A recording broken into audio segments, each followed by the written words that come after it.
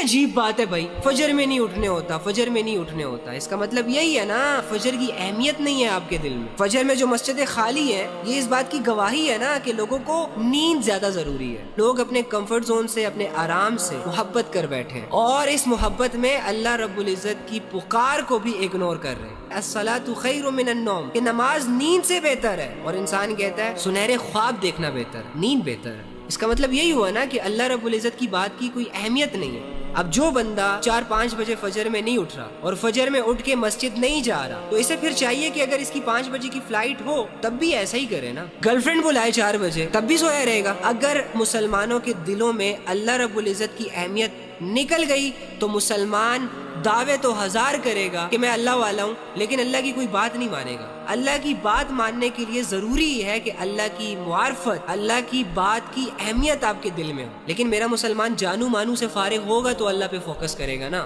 تو یہ سارے ٹوپی ڈرامے ہیں، عبادتوں کے معاملے میں دھوکے بازیاں چل رہی ہیں، 2 نمبریاں چل رہی ہیں، عبادت نہیں ہوتی، فجر کی نماز نہیں پڑھ سکتے، تہجد مشکل ہے، یہ مشکل ہے، وہ مشکل ہے، فلاں مشکل ہے۔ ابے چپ کر، بہانے نہ دے، خود کو دھوکے نہ دے، کوئی مشکل نہیں ہے۔ صاف بول کہ تیرا دل نہیں کرتا، صاف بول کہ اللہ سے تیرا دل نہیں جڑتا، صاف بول کہ تجھے دنیا زیادہ ضروری ہے، اللہ کی بات کی اہمیت نہیں ہے تیرے دل میں۔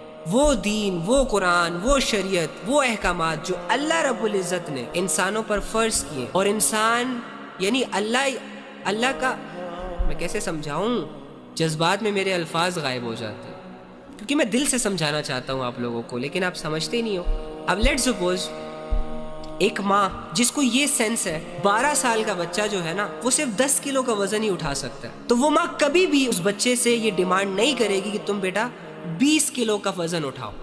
یعنی ایک ماں کو تو اتنی سینس ہے کہ وہ اپنے بچے کو کوئی ایسا آرڈر نہیں دیتی، اپنے بچے کو کسی بھی ایسے کام کو کرنے کا نہیں کہتی جو وہ بچہ نہیں کر سکتا، کمزور ہے۔ وہ اللہ جو حکمتوں کا مالک ہے، وہ اللہ جو دل کے بھیدوں کو جانتا ہے، انسان کو انسان سے بھی اچھے طریقے سے جانتا ہے، وہ اللہ اگر ایک انسان پر نماز فرض کر رہا ہے، انسان پر سچ بولنا فرض کر رہا ہے، نفس کو قابو کرنا فرض کر رہا ہے، اور انسان بدلے میں یہ کہے کہ مشکل ہے، تو یہ انسان کہنا کیا چاہتا ہے کہ اللہ رب العزت نے ہم پر وہ فرض کیا ہوا ہے جو ہمارے بس میں نہیں۔ اللہ نے یہ تو نہیں کہا کہ ستارے توڑ کر لاؤ، چاند کو بے نور کر دو، سورج کو بے نور کر دو۔ اللہ نے تو سمپل وہ عبادتیں فرض کی ہے جو ہر عام انسان کر سکتا ہے۔ تو یہ خود کو دھوکے دینا بند کریں، یہ ڈرامے بازیوں سے نکلیں۔